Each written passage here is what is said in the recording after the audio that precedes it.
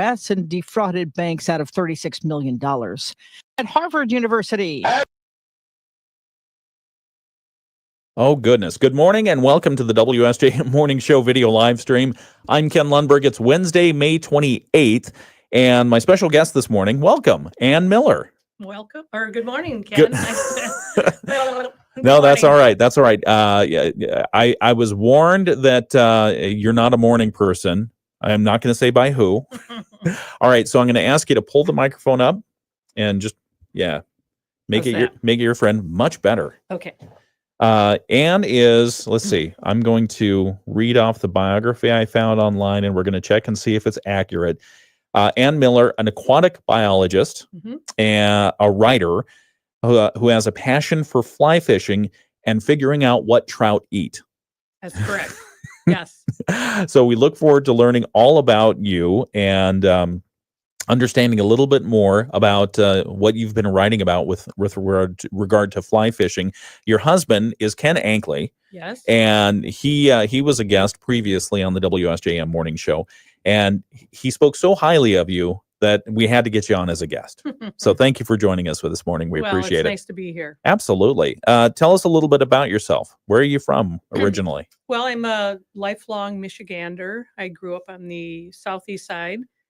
And when I married Ken, moved over here. Yeah. And I love it here now. Moving from the Ann Arbor area initially seemed very dull over here, but you find your way, and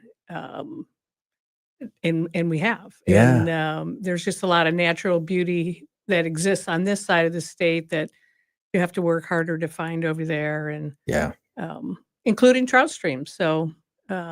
Would you say Michigan has a good number of trout streams? Absolutely. And we always used to say, if you can fish in Michigan, you can fish anywhere in the world, because, going out west and being able to cast in a big wide open stream with no trees in your back cast, that's no problem. Anybody can do that. Yeah. Crawling around in Michigan under trees and having to develop other casts so that you can get a fly into a trout is challenging. Yeah. No, I love the way that you paint the picture there, because that's exactly what I think of when I think about fly fishing.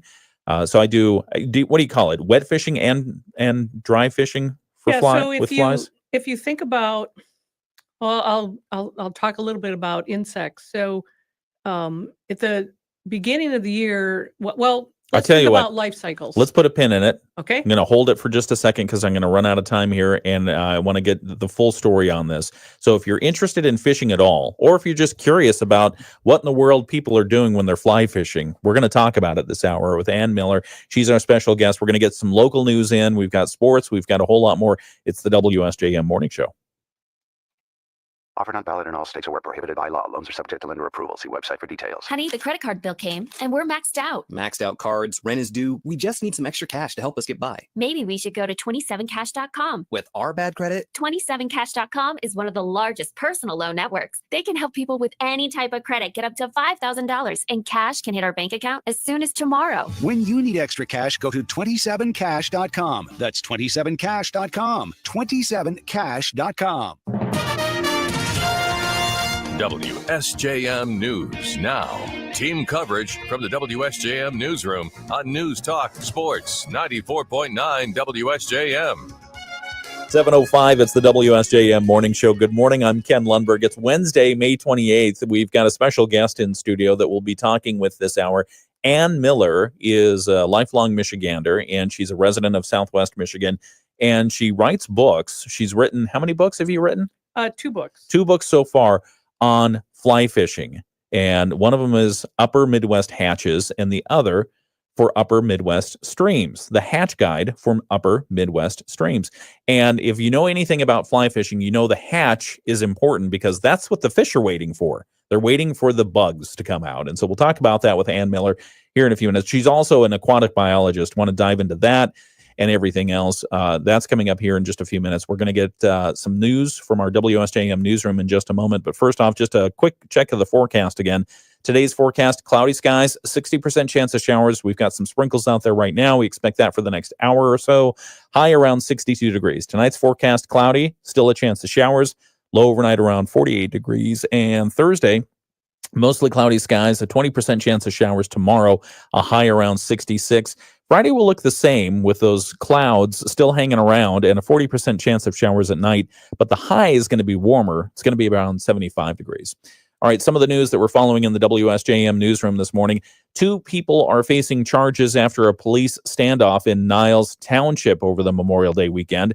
The Berrien County Sheriff's Department says on Sunday, deputies responded to Berrien Woods Apartments on Woods Edge Drive around 11:20 p.m.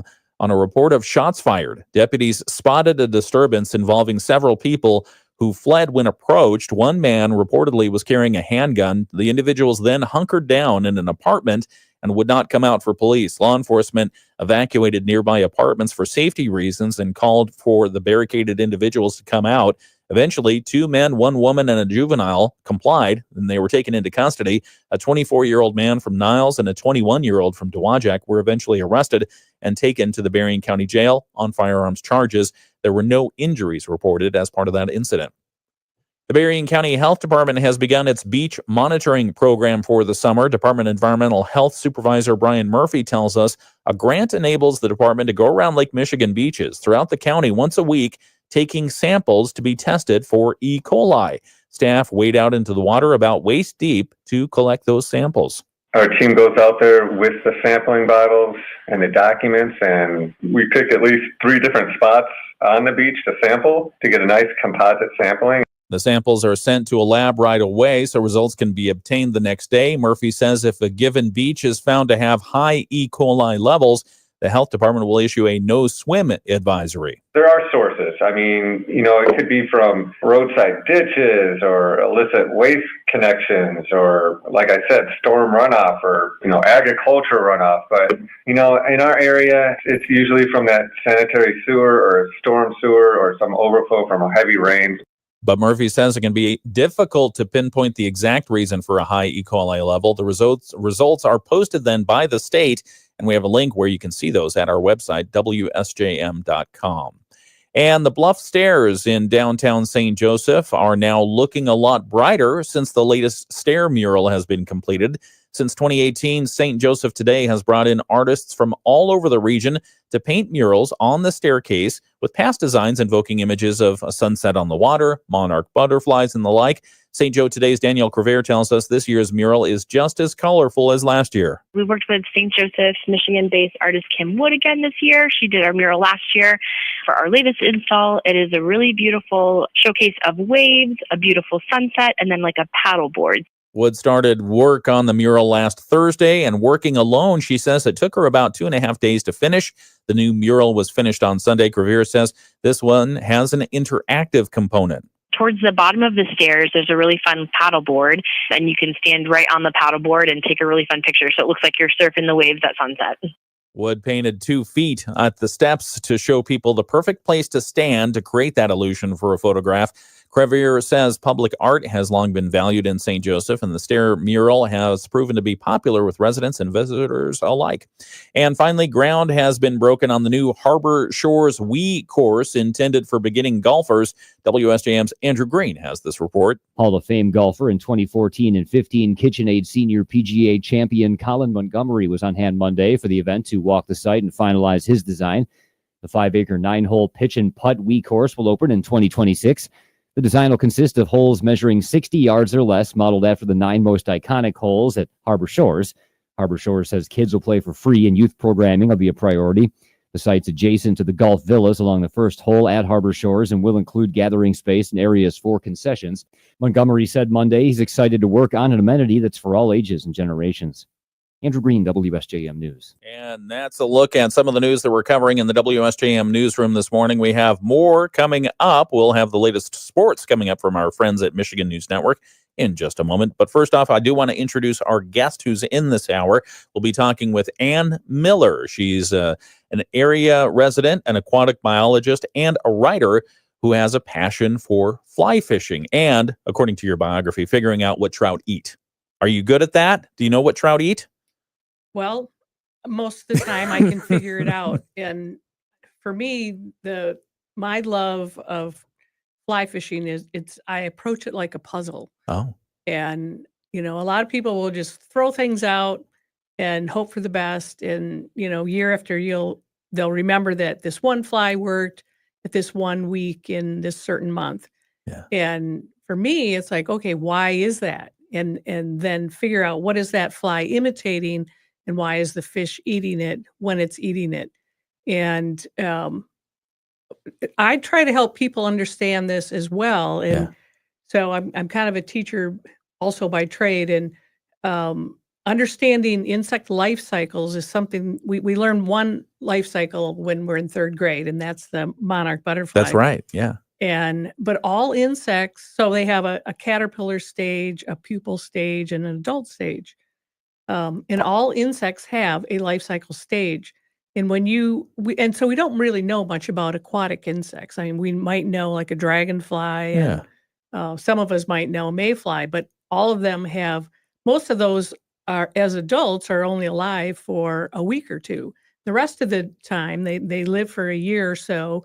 They live underwater, and fish feed on them underwater and then also above water. So when they hatch, we consider that a dry fly, and we approach it differently as opposed to when we're trying to target a fish eating immature stage of an insect, and we use a different fly. And to your point, that's a wet fly. Okay, so you've got so you can tell where this is going this hour. We are going to get tutored on great fishing techniques for fly fishing. No, I've been looking forward to this because I've tried my hand at fly fishing. I really, really enjoy it, and I love the art form that you just talked about, which is trying to figure out what is it that I can put out there right now, this day, this week, that's going to fool the fish, because the fish know. They know exactly what's going on, don't they? They do. And the funny thing is, fish are opportunistic, and you always try to be a little bit smarter than fish, which is harder than you think. And so fish they kind of get in their head, and this is me thinking, what can I just watch for in the water that's all of a sudden happening right at once? So like last year we had a big cicada hatch, and all of a sudden you see them everywhere, and you might not see visually any other insect because you're like, there's another one. And that's kind of like how it is during a hatch in the water for fish. And so they see that and they fixate on that just for a while. And even though something else might go by, in their brain, they have this image like, eat this, eat this, eat this, pass on that, eat this.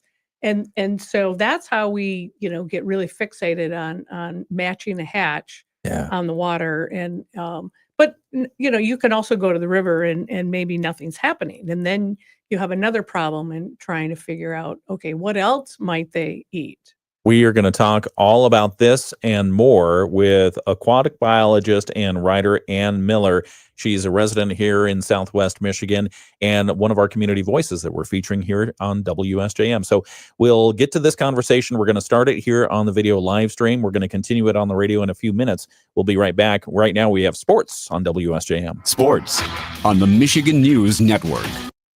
Do that. We're back on the video live stream. We'll start in just a couple of minutes. I want to start at the beginning about your background as an aquatic biologist. But first, let's talk about how long have you been fly fishing? Ooh, wow. I'd have to do the math on that, Ken. When did you start? I started in college. Okay. So I was introduced in grad school. A friend, I took several summer studies up at University of Michigan Biology Station. Okay. And one of my fellow grad students was from Colorado, and he was studying up there. And he said, and he knew that I liked to fish. Okay. And we fished together. But then he said, well, I'll teach you how to fly fish. And he did. And we had a really wonderful experience that I had just a terrible tangle mess at night and completely fell in love with fly fishing. Oh, And, man. it was like, there was nothing I could do but, hear and see, not see, because it was nighttime fishing, the insect we were targeting. but I fell in love with it, and I knew I had to come back and try it again. And so then I've just spent my life trying to figure it out, and had some success and plenty of failures too. Where So, did you start fly fishing? So was it in Colorado? no, so it In was the in UP? Michigan, up in the Pellston area on the Maple River. Okay. So very tree lined, very challenging to fish, but also just some great brown trout in that system. And we were there for the hex hatch, the Hexagenia limbata, which Oh yeah, sure. Right. It's the one actually. I add that to my coffee. Yes, absolutely. They're good in garlic and butter, I might add. I bet. It's that big mayfly. It's our biggest mayfly in North America, actually. Okay. And it has just prolific hatches, so you can go out and have really good success, or you can get totally tangled and just ruin it. But either way, it's going to be an experience and fun. Yeah. So do you tie your own flies? I do. In fly fishing, there's certain things you have to have. You don't have to tie your own flies. Okay. But as you've been in it for years, you kind of get sucked down that rabbit hole too. And it's a lot of fun. And it's something to do in the winter that just makes you think about fish all winter long too. Because, January and February, you can travel somewhere. You can go south and go saltwater fly fishing, for example. Huh. But you can also just tie all winter long. And I teach classes in tying too. And during COVID, I started an online fly tying class with video, and another friend and I would kind of team teach it, and I would kind of give the scientific side of why you want to tie this material, and it's going to, simulate maybe gills or the insect crawling out of its shock on the water surface, and then he would provide, the technical stuff. So it's been really fun, and we've continued that, and it's fun. It's a Saturday morning thing, and gets you out of bed, and it's real. For somebody who's not a morning person, you picked the wrong recreational hobby. Recreational career, I would say. We'll hold that in just a moment. I want to ask you about your background as an aquatic biologist. So we'll talk about that, if that's all right. Just a bit, sure. Okay, in just a moment, right here on the WSJM Morning Show. Scattered rain showers across the area. High temperatures only around 62 degrees today. Temperatures tonight will drop down to 48. We still have a slight chance of a shower tonight and a slight chance Thursday as well. Otherwise, mostly cloudy skies. High temperatures Thursday at 66. I'm Chief Meteorologist Carrie Peugeot. The Morning Show with Ken and Friends on 94.9 WSJM. It's the WSJM Morning Show. Good morning. I'm Ken Lundberg. It's 7:19, and my guest this morning is Ann Miller. Full disclosure, so I think I can tell this. Your husband is Ken Ankley, who's been a guest on the WSJM Morning Show previously, and you and Ken know my neighbor, Tom, who used to own Three Pillars Record Store. Yep. And Tom causes a lot of trouble. Oh, yes. Yeah. He's bad news all the way around. He's a neighborhood troublemaker. And oftentimes Tom will text me when he means to text Ken, or vice versa. And so he thus nicknamed us Good Ken and Bad Ken. Right. Which I don't know which one I am, which probably means I'm the bad Ken. I think you are the bad Ken. Especially when he's talking to my Ken, but it could be reversed. Oh, that could be. If I never have the full story, and I probably don't want to know. No. But when I was talking with Ken Ankley and some of the great things that he's been doing in this area in the Arts District, the Benton Harbor Arts District, he said, "Oh, by the way, that work area over there is my wife's." And I said, "Well, who's your wife?" And he said, "Ann Miller. She writes books on fly fishing. She ties her own flies, and that's her area over there." And that led to a conversation that we should have you on the radio to talk about what you're doing. I'm glad we did. Would you mind holding up your books for the video live stream? Here, sure. I'll go up here. Go ahead. Yeah, just hold them up right there. So this was my my first book, and that I don't even remember when that came out. Hatch but- Guide for the Upper Midwest Streams. Right. And it's a book about fly fishing and what the hatch is, right? Yes. So this was published in 2011. Okay. And then it went out of print during COVID. And so I republished and enhanced and added to the second book, which is Pocket Guide to Upper Midwest Streams with a different publisher. So this is Okay. a new publisher. The new and improved. Yes. And Are you working on any new books now? I'm not. I write for some magazines, and that's enjoyable. And people, I get a lot of input online and questions, and like I told you earlier, I love solving puzzles, and I don't have all the answers by any means. But in continuing to write for magazines, I think of new puzzles or puzzles are presented to me, and then I attempt to find the answers. Give us an example. And when you say write for magazines, I assume you're writing about fishing. I am. I'm Okay. writing for trout magazines. Okay. Oh boy, Ken, that could be a really long answer, and you might not want to ask me that. All right, think about that one. Okay. And as we do that, let's dive a little bit deeper into your background. It says you're an aquatic biologist. Tell us about that background. When did that start? Okay, so in grad school, as an undergrad, I was, just studying kind of general biology, Yeah. but I very much targeted toward more natural history, I didn't love molecular biology. And Yeah, that I sort mean, of what were you going to school for? What did you want to be for when you grew up? biology, and but after that, it's like, what are you going to do? Am I going to be a teacher or what? And so I took some classes a summer up at the biology station in Pellston, University of Michigan's bio station, and took a class on algae. And I'd had classes on trees. Did and somebody tell you that vascular was going to be plants. easy? No, Okay. no. But you got to crawl around in streams and Yeah. in other watery places. How and, cool is that?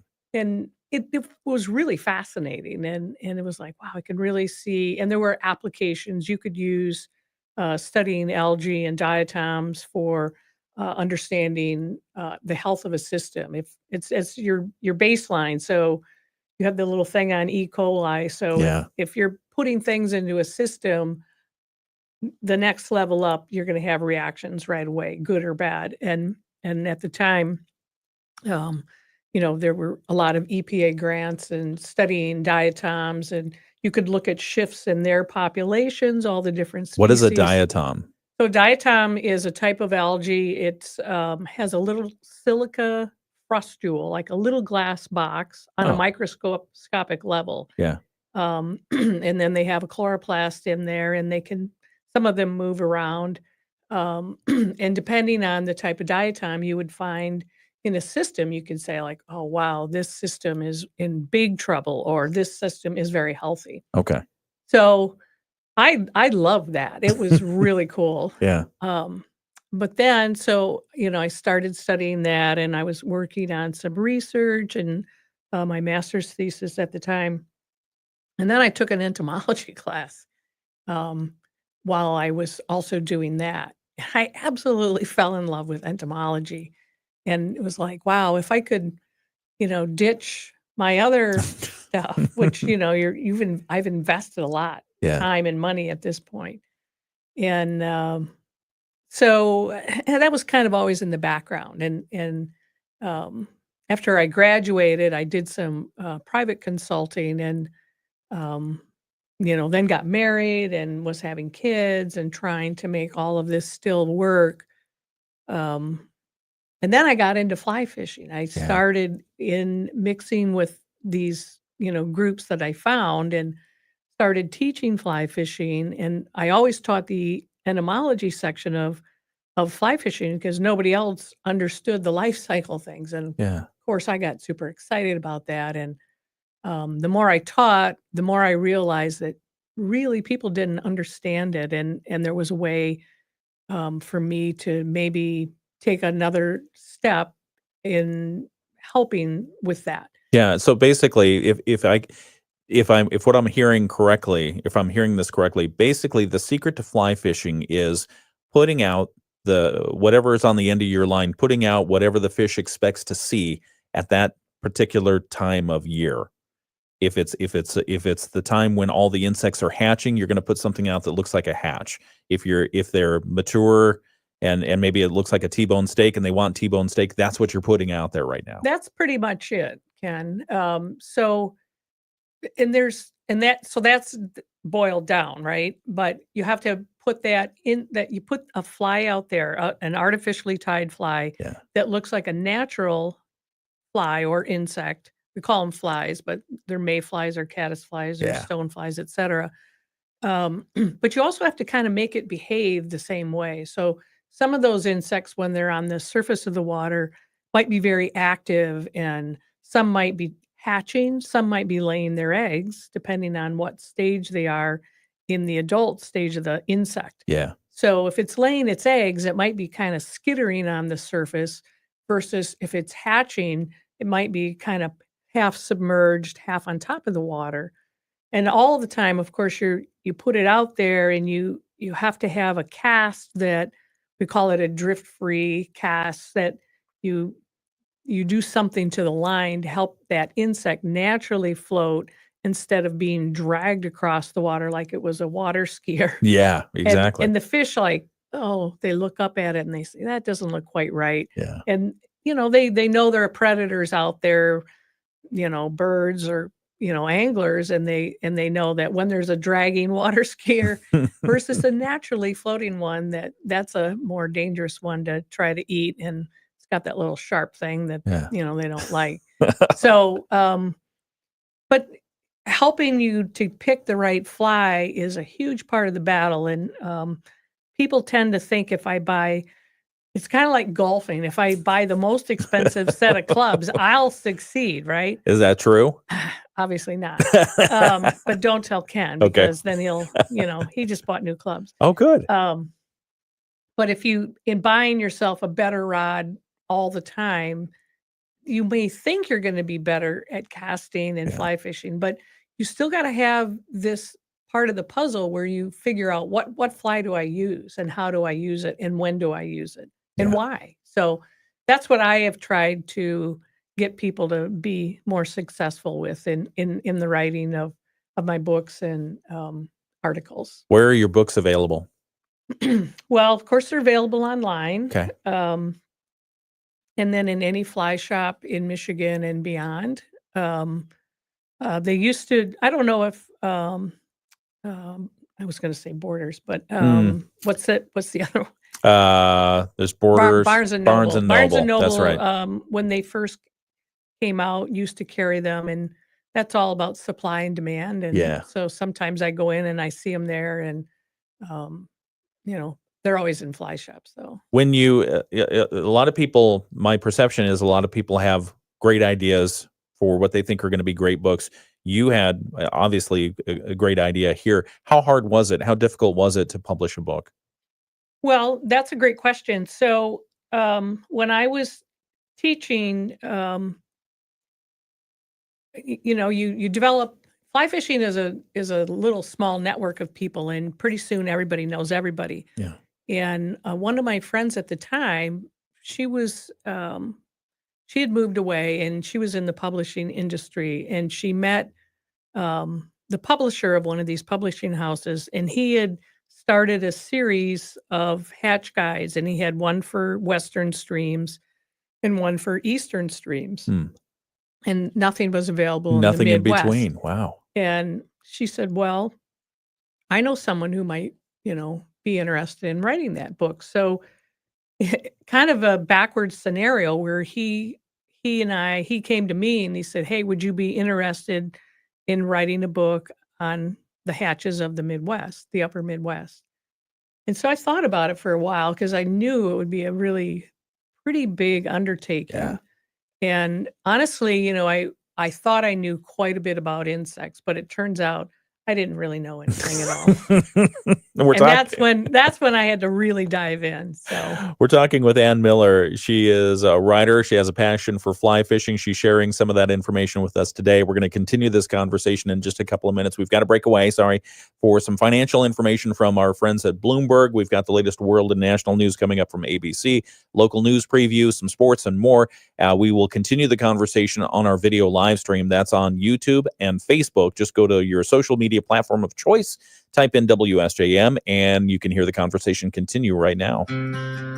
So and so you decided, okay, I will undertake this book writing project, Hatch Guide for the Upper Midwest Streams. How long did that take? So it took me about 3.5 years. Okay. So there was some information, some of it correct, some of it incorrect, on the insects that were in Michigan, to a degree that they would be considered important in a fly fishing realm. Yeah. And so I had to all of these insects. So imagine birds. So if you wanted to go out and, look for a warbler, you have to go to a certain habitat at a certain time of year. Yep. So and like if you're looking for ducks, you have to go to a pond. You're not going to walk into the woods. So I had to figure out all these different habitats to find the insects. So whether it was like a silty type habitat, or was it a gravel habitat? Was it a tailwater, which, for example, tailwater is below a dam, and there's certain insects that live there for various unique reasons. So I had to, and then of course they're all seasonal. So if I missed the insect in May of the first year, like, rats, I got to get back here the next year and hope to find it. And if not, I had a third year. And then I did, I took all the photos. I tied some of the flies that go with the corresponding plates. And then I did all the research as well. So it was kind of like, in the end, I had this huge, big poster that it had the insects, the life cycle stage, because I wanted to illustrate each life cycle stage. Some are most important, like maybe in the larval stage. Some are important in the emerging stage, and some are more important in the egg laying stage. Some are important all the time. Yeah. So, and then I had a network of fly tires, and I asked them if I wanted like 3 flies for every insect that I illustrated, so that, you could maybe have some very simple patterns to tie and some that were more challenging. And then when I was teaching fly fishing, the most challenging thing was, they would say, oh, imitate this with a, parachute atom. So if you're first starting off, you realize that, well, I thought I was using a parachute atoms to imitate this other insect, but it's a kind of generic, it can imitate a number of different natural insects, but you can also modify it for more specific. So I wanted to show the insect, but then also have illustrations of the patterns on this side. So it was easy for someone in fly fishing to look and say, oh, now I get it. I can use this pattern to imitate this. But I might also find a similar pattern for a mayfly that looks very similar. There are more than one yellow mayflies, for example. So you'll find that maybe in a couple different patterns on this side. And they're all, of course, they're different sizes, the way the habitats they emerge from. So it was very intense. It was kind of like, that's all I did for a while. And another thing that I did was, and I don't know if you have to break or not, but chasing down insects all over the state, obviously, while you're raising kids, was a little bit of a challenge. Did you take the kids along with you when you did this? I did sometimes, actually. Did you give them a butterfly net and said, help? I did, yes. and 2 of them are listed in the credits. Nice. But one of the things I learned was that I could actually create a little stream at home, and I created a number of streams in my garage and basement, and I built artificial streams, and then I brought some of the immature insect stages into each of the different streams and allowed them to hatch out so that I would have a perfect specimen. Because if I go to the river and I use a net, oftentimes I would, in swooping them, I would maybe break a tail off here, for example. Yeah. At the time, Photoshop had come along, and it's like, maybe I can add it patch back up a little bit, but I can't put a whole body part on there. Yeah. And so a lot of my insects were coming back and were damaged, and I just couldn't get a really beautiful photo of them. So that's when I decided, why don't I bring the stream to me, get a perfect specimen, and then Sure, why not? Bring the stream to me. I'm just going to build a stream here. All right. We're talking with Ann Miller. I knew this was going to be good. She's a writer. She's an aquatic biologist. She has a passion for fly fishing. We'll continue this conversation in just a moment on the WSJM Morning Show. Gina Cervetti, Bloomberg Radio. The Morning Show with Ken and Friends on 94.9 WSJM. Okay, it's 56 degrees under cloudy skies in Benton Harbor right now, 56 in St. Joseph and cloudy, and light rain is falling in South Haven where it's 56 degrees. We're talking with Ann Miller. She's an author of a couple of what appear to be great books on what kind of flies there are in Michigan. And when I say flies, I mean insects that are important to fly fishing. And so I just gave you the temperatures and the cloud and the weather conditions. Is today a good day to go fly fishing? every day is a good day to go fly fishing, Ken. When's the last time you went fly fishing? Ooh, wow. Probably sometime last week. I don't know. Oh, really? Yeah. Okay. How'd you do? May is a great month. It's May, Michigan, mayflies, morels. What could go wrong?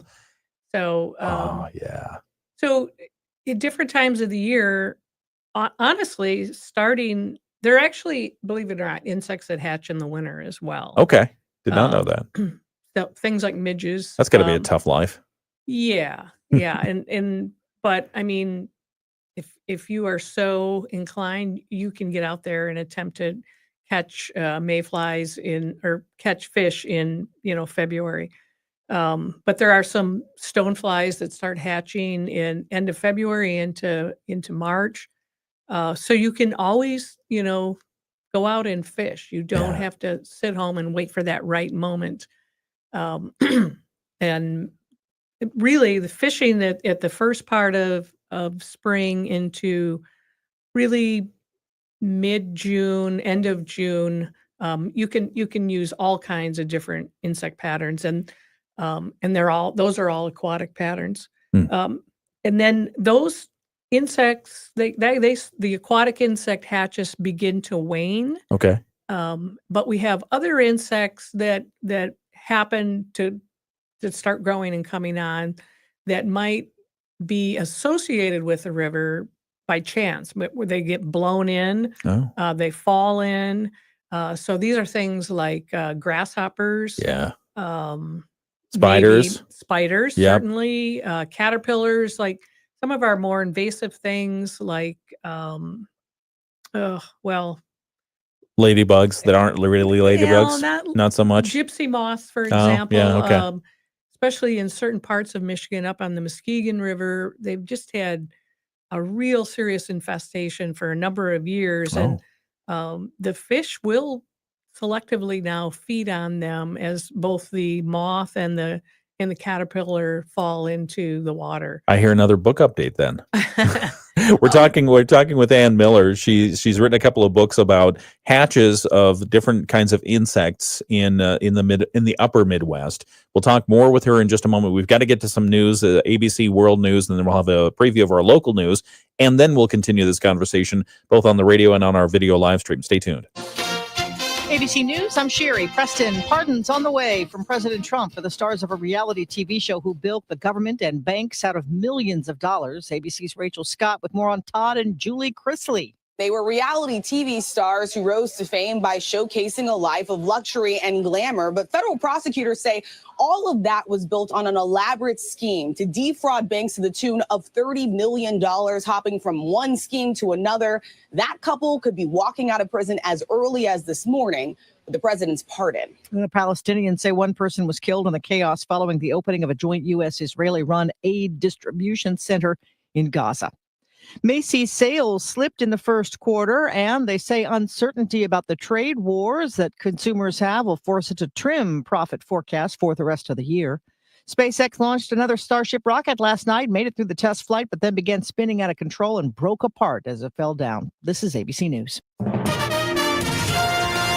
WSJM News Now. Team coverage from the WSJM Newsroom on News Talk Sports 94.9 WSJM. If you're missing the video live stream, you're missing a lot because we're talking with Ann Miller. She's an author and a passionate fly fisherman, and we will continue that conversation in just a moment. But we do have some local news that we're covering that we'll be bringing to you at 8 o'clock this morning. One of those stories, a management company is now being sought to take over operations at Dial-A-Ride in Benton Harbor. They had a meeting this week. They talked about it, and they've put out a request for information from different firms that they think might be able to take over Dial-A-Ride. Why are they doing that? Well, we'll talk about that coming up at 8 o'clock this morning. Other stories we're covering, Benton Harbor Department of Public Safety Director Dan McGinnis is not mincing his words, talking about concerns he has over young people getting away with crime in our area, not being sent to the Berrien County Juvenile Detention Center. We'll talk about why he thinks that is. That's coming up. And then the annual Mackinac Policy Conference is underway. We caught up with State Senator Eric Nesbitt, who spoke on a panel. We will talk with him about his priorities, also about how the campaign is going for governor. 7:42, it's the WSJM Morning Show. We've got state news now. Sports coming up next. The Michigan News. Okay, we're talking on the video live stream with Ann Miller. And Ann, thanks again for coming in today. So let's see, your biography, in addition to the fly fishing and figuring out what trout eat, it says here you enjoy outdoor photography, which that makes sense now. You did all the photos for your books. Mm-hmm. You enjoy bird watching, hiking, and fly tying. Yes. That's a lot. Yeah, well, there's other stuff too. What other stuff? Well, I like to play golf. Okay. Are you good? Are you better than Ken, your husband? I don't think that'll ever happen. I'm probably better than Tom, though. Oh yeah, yeah, that makes sense. No, it's something we do together, Ken and I, and I've had to convince him that we can enjoy it together without competing and just enjoy that we're getting to get out. And yeah. The other day we played, and sometimes being on the golf course, there's a lot of bird watching there. We saw a bald eagle, we saw orioles, red-headed woodpecker, and a number of other things. We also had a coyote go across the very first hole. Nice. We had to let it play through. So we saw so in our backyard, I made the lucky decision to buy woodpecker suet. Mm-hmm. And so we've been getting the red-bellied woodpecker, the downies. Yep, mm-hmm. A lot of the downies. Don't think we have any Harrys. I don't think we've had any Harrys come through. Do they come around our area much? They do. Okay. And the downy and the hairy look very similar, but when you get a hairy woodpecker into you're all of a sudden like, wow, look at that huge downy. Yeah. And then, and you look at their bill. Otherwise their markings they're pretty hard to differentiate. So it's the size and the bill. What's unique about the bill? On the hairy woodpecker is a lot bigger. Okay. Just stouter. It's a bigger woodpecker. It's got a bigger bill. It's kind of a gruff, aggressive guy. Wears a T-shirt with his sleeves maybe, ripped off. Yeah. Cigarette pack rolled up. Maybe a tattoo or two. His name's Tom. And what else did we see? We saw recently, and I can't remember the name of these things. Are the little brown guys, are those sparrows? Well, there's an LBJ, they're often referred to, little LBJ. Brown jobs. Okay.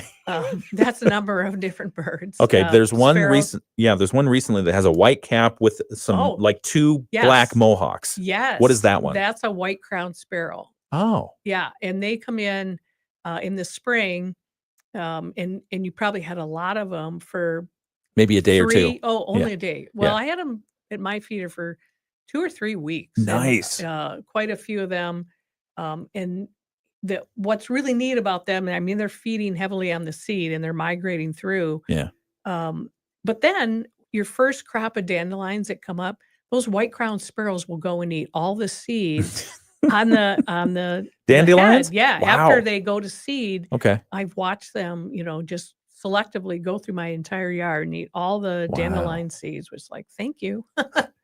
And I can see, I can see where you transfer your passion on understanding the life cycle of different insects and the different birds and everything else. When you go fly fishing, how many different flies are you taking out? How much research are you doing prior to going to a body of water? So anytime, locally, I kind of know what time of year it is and what fly. I like to pack my fly boxes according to season so Okay. that I'm pre-loaded and ready to go. So Yeah. that I don't, if somebody calls and says, "Hey, let's go," I can grab. I want to just right go. box. I don't want to Yeah. spend 2 hours getting ready Yeah. because then no one's going to invite me again, right? Yeah. Absolutely. So in going to a new system, like if I was going to go to Colorado or to Montana or Idaho or Canada, whatever, I would look at the time of year that I'm going, and I would study other research, and know that. So geographically, when I go to different parts of the country, they're going to have their own little unique set of insects at different times of the year. Yeah. So you got to be ready. And of course, going to a fly shop, that's a way. But I mean, you don't have to. You would be embarrassed to know how many thousands of flies I have. I mean, I'm embarrassed. But keeping them all organized is a challenge in and of itself. How many of those thousands have you tied yourself? Ooh. Like I said, I couldn't say. How many? A lot of them. How a long lot does of it them. take to tie a fly? That's a great question. So some patterns I could tie in a couple of minutes, and some patterns it might take half an hour, or and some Wow. patterns there are patterns that I don't tie that are kind of more of a display pattern that might take a couple days. Where it's like a piece of art. It's Yeah. not really intended to fish. I don't Okay. want to tie that kind of thing. Yeah. But that does happen in the fly tying world. And the general materials that you're using to tie flies. So that's a whole study in and of itself. So initially in Michigan, people here tied what was local, basically things that they killed, Yep. like a deer or a bird, a pheasant, Squirrel. It's true. Yeah. And if you look at those old patterns from Michigan, they're all tied with that type of materials. And actually, I can look at a number of patterns and say, oh, that's tied by so-and-so because of these materials. There are other types of materials now that are more synthetic. Oh. And they accomplish the same task, but maybe are cheaper or easier to tie with. Yeah. Or 1 second. We'll be right back. Okay. And continue this conversation on the WSJM Morning Show. Area. High temperatures only around 62 degrees today. Temperatures tonight will drop down to 48. We still have a slight chance of a shower tonight and a slight chance Thursday as well. Otherwise, mostly cloudy skies. High temperatures Thursday at 66. I'm Chief Meteorologist Carrie Peugeot. The Morning Show with Ken Lundberg on WSJM. 57 degrees out there. We're climbing up already. Good morning. It's the WSJM Morning Show. I'm Ken Lundberg. We have Ann Miller with us. We're talking about fly fishing and bird watching and raising kids on the river that you built in your backyard. How long did it take to build your own river in the backyard? Or in the garage? I don't know where you built it. Where'd you build it? I built the first in the garage. Okay. And then as those succeeded, then I ran out of room in the garage and I had to bring them inside. But you tie your own flies. You fish. Do you trade flies with fellow fishermen? Yeah, I usually just give them away. Okay. Yeah. Okay. Yeah. Nice. So, but we were talking about the materials. types of materials. Yeah. And depending on the type of fly that we've talked about, dry flies and wet flies. Yep. There's another whole group of flies called streamer patterns. Oh yeah. And they typically imitate a bait fish. Okay. They could imitate, maybe a leech, anything that you're fishing underwater and basically stripping it back toward you, trying to imitate some other creature, most often a fish.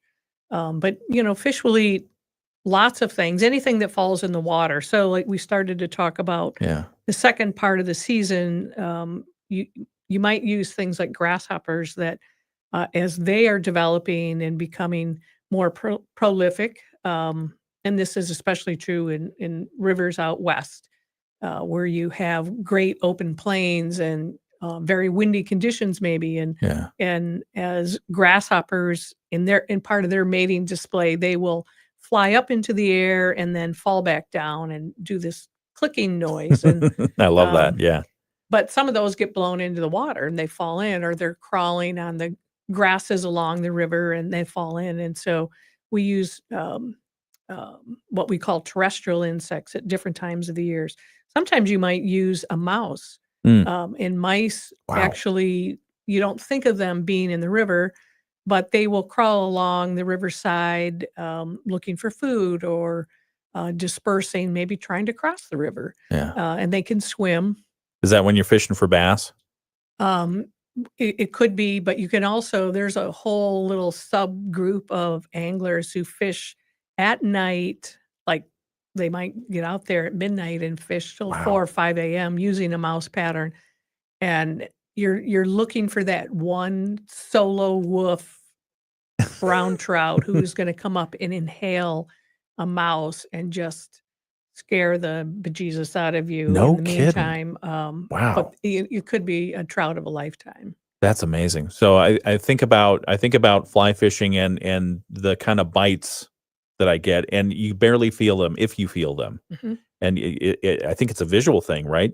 To know when Well, your fly is gone. Yes, it's very visual when you're dry fly fishing, and that appeals to most of us because it is visual and you get to see the take, right? Yeah. Bloop. And it, sometimes you're so excited that you actually pull the fly out of the fish's mouth before the fish can close its mouth. But when you're fishing subsurface, then you're feeling a bite. You're going to feel a big grab. So if Okay. you're fishing a streamer pattern that like as a mouse or as a bait fish, that is going to be different. Or if you're fishing subsurface, maybe a nymph pattern or an emerger, you're going to maybe it'll be different than seeing it on top. So there are all kinds of ways to really enjoy the fly fishing, and each of those different methods is going to be a little bit different. We're talking with Ann Miller. She's an author, a fly fisherman, aquatic biologist, and a whole bunch more. And let's make this part of our Moody on the Market update. It's brought to you by Insurance Management Service. Call IMS today, your local auto owner's insurance agency in St. Joseph and in Niles. And during the Moody on the Market update, we talk with interesting people you should know and life in Southwest Michigan and why we love it here. We also cover business updates. And I know you cover at least 2 of the 3 buckets. And this is great. So thank you for the clinic that you're giving us this morning on fly fishing. How has the sport in general gone over the last couple of decades? Well, Is it on the incline? Is it on the decline? marketing wise, I'm not sure I have all those numbers. I would say in general, it's aging out. Okay. And trying to get, there are lots of fly fishing clubs. They're mostly older people, and trying to get younger people to come into the sport is a challenge. And I think that might be true of a number of things that we do in general. Yeah. Younger people tend to, they're more looking at a device in front of them instead of the world around them, and trying to get people, Interested in that. Tough. And it's important not just for the enjoyment of the fishing itself, but as you become involved in fly fishing, you also want to take care of your resource. So Yes. So people that hunt, they know they want to take care of the land itself and the bird or the animal. And it's true with fishing. You don't have a good clean river, you're not going to be able to fly fish. Yeah. So very much so. Yeah, I have to tell you, when I took my 14-year-old son fly fishing for the first time, he was very reluctant at first. He's like, "What? We're gonna do what?" Then I had him put on my waders, and then we went out. We were up in Muskegon, on the Muskegon, and we waded out into it. And he had so much fun. He just loved it because he was walking out in the middle of the river. He was standing in the middle of the river. There were fish swimming around him, which he couldn't catch, but that's fine because we still saw him. There were deer coming down the sides of the I mean, it was just a beautiful situation. And I think he enjoyed it. Even though there wasn't that instant gratification, I think he enjoyed it. yes. And it's in teaching, different workshops and things. I've had several experiences where in taking someone out and they put the waders on, and I think they think it's going to be more like a wetsuit, and that the water, you're going to be in there, but the water's still coming in and around you. When you get in the river and you get to walk around and still be dry, sometimes that might be the best experience that person has. They don't have to catch a fish, and that is often very true. And when you take kids out, you can turn over a rock or a log and say, "Oh, look at this thing crawling around on there." And there's so many things to just enjoy, the sound of the river, the feel of the river, Everything. seeing a deer come down the hill. I mean, it's beautiful. Yeah. We're talking with Ann Miller. We're going to wrap up this interview in just a moment. That's part of our Moody on the Market update this hour, brought to you by Insurance Management Service. Call IMS today, your local auto owner's insurance agency in St. Joseph and in Niles. Back to wrap this up in just a moment. Rich Brand and Tarek Halsey of IMS Insurance Management Service, your local. Okay, I'm going to have to do a magical feat of timing here in just a moment, so bear with me, Ann. Let's give out your web address. We'll do it on the air as well, but on the video live stream, if people want to find out more information about what's on your website, I can only imagine. So my website has a little bit about me, how to buy my book. Also, though, I include a lot of articles that I've written. Okay. And what kind of publications are you writing for? Which publications? A big one is Michigan Trout. Okay. That has probably where I have the most connections. Okay. And they're on various, it might be on a lot of detail on a certain hatch or other things on a river. It might be, about taking women fishing or kids fishing or teaching fishing. So I have a lot of links on there, and those resources are available. And that website is midwesthatches.com. Midwesthatches.com. Okay. We'll be right back. We've got to wrap up the hour here. Thank you to those of you on the video live stream. And again, if you missed any part of this interview, feel free to share, to view it. We have the archive on our YouTube and on our Facebook page, but also feel free to share it as well with friends. Just go to Facebook or YouTube and you can do that right there. All right. So I'm going to do that and I'm going to do that. Okay. We'll be right back in just a moment. A spinal injection while on Eliquis increases risk of blood clots, which may cause paralysis, the inability to move. Get medical help right away for unexpected bleeding, unusual bruising, or tingling, numbness, or muscle weakness. Medications such as aspirin products, NSAIDs, SSRIs, SNRIs, and blood thinners may increase bleeding risk. Tell your doctor about all planned medical or dental procedures. Learn more at Eliquis.com or call 1-855-ELIQUIS. From the Pat Moody Studios, this is WSJM-FM Benton Harbor, St. Joseph, a product of Midwest Family Marketing and Media. Proudly serving our community. The Morning Show with Ken Lundberg on WSJM. Ann Miller has been our guest this hour. Thank you so much for joining us. This has been great. There's a ton more that we need to talk about, but give out your website for people who want more information. MidwestHatches.com. MidwestHatches.com for more information. That's where you can find out what Ann's up to, some of her recent articles, where to buy her books, and more. We've got news coming up next. It's 8 o'clock. From ABC News, I'm Sherry Preston. They defrauded